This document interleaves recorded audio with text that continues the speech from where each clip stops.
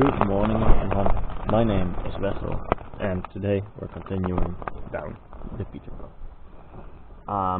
First of all, it's been a very long night. It was raining, my tent is mostly waterproof but not 100%, and the rain makes an awful lot of noise from the roof of the tent. It's going to be quite an equally long day because we'll have to walk about 24 or 25 kilometers, and next night it's going to rain again, but a little less than this night, so I'm gonna have a long time.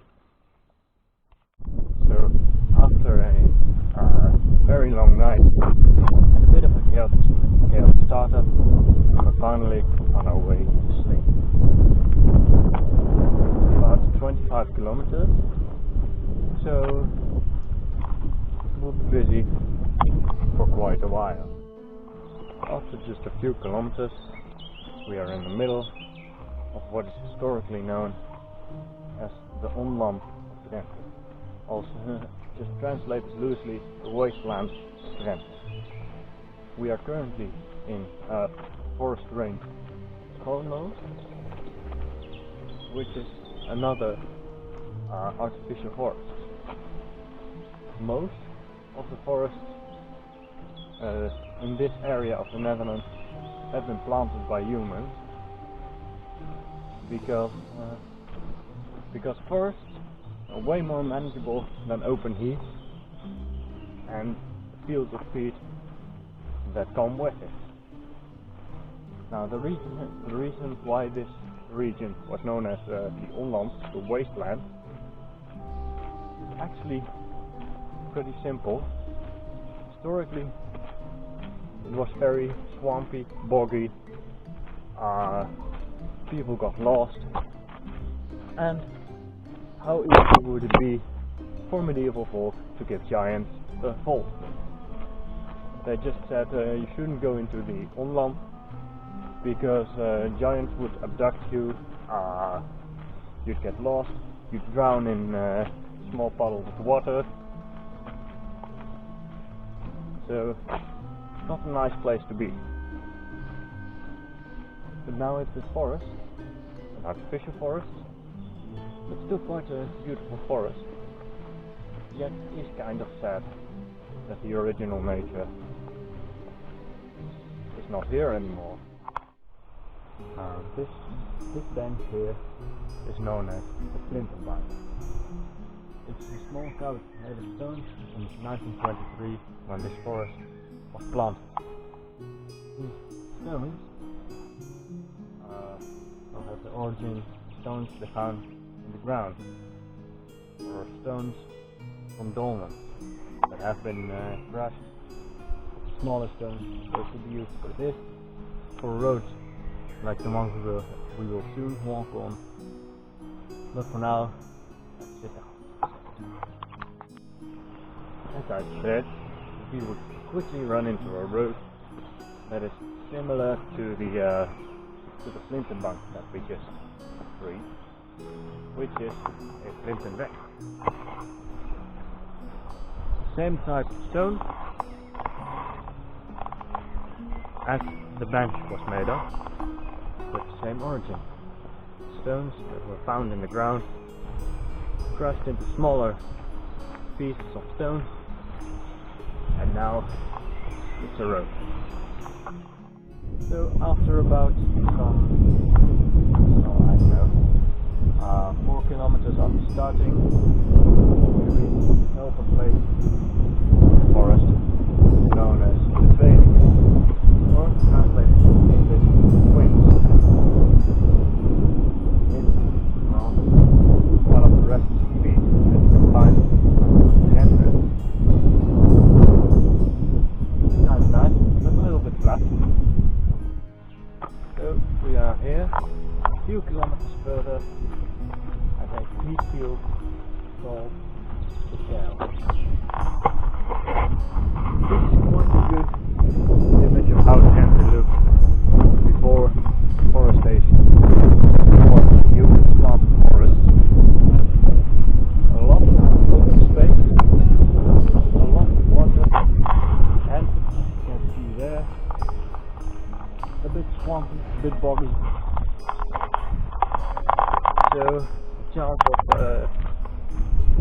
losing your directions, chance of getting lost,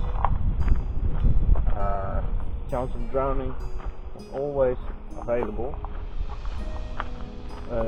So that's why it was called the wasteland, because it had been long. Three things that I want to know.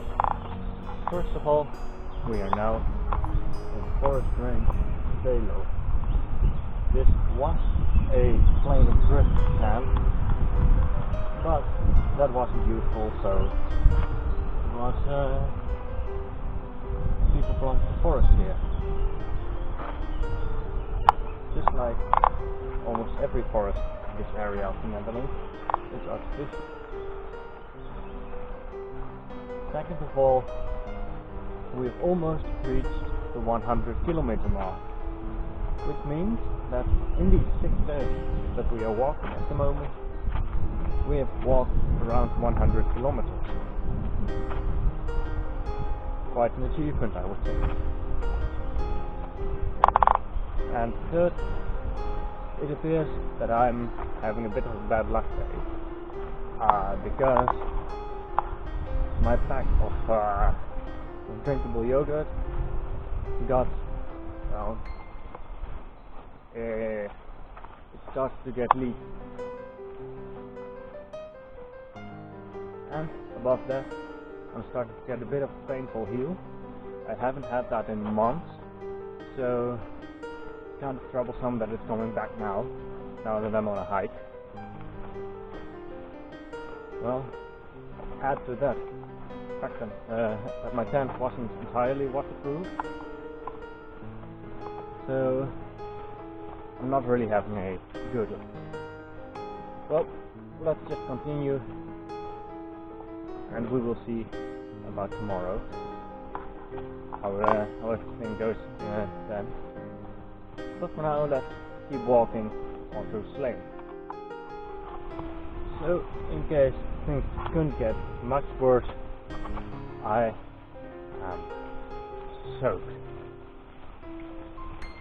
It started raining, and not a little bit. Nope, like classic Dutch weather. It started, as we say in Dutch, het komt de bakken uit de hemel. It's coming down from heaven with buckets at a time. So,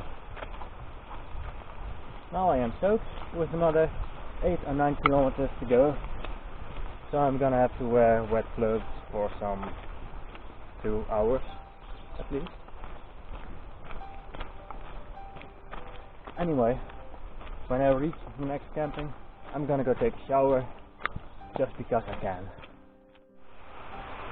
So I'm staying in the trees for a little while longer, but here behind me, in this open area, you can see a statue.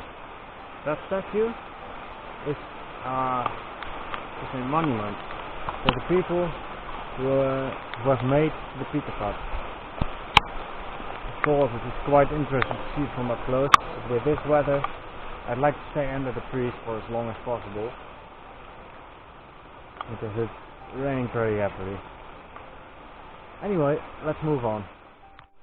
So here behind me is a hill known as the Onland. This hill was a burial mound during prehistoric times, and some time ago there was even a full set of armor from over 3,000 years ago discovered at this location.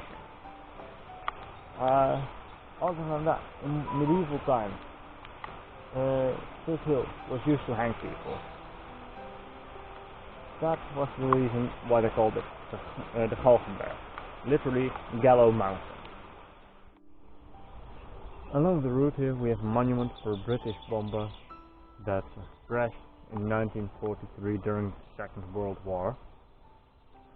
The pilot of the plane, the passengers of the plane that did not survive the crash were buried on the cemetery of Sleen. After a pretty long hike today,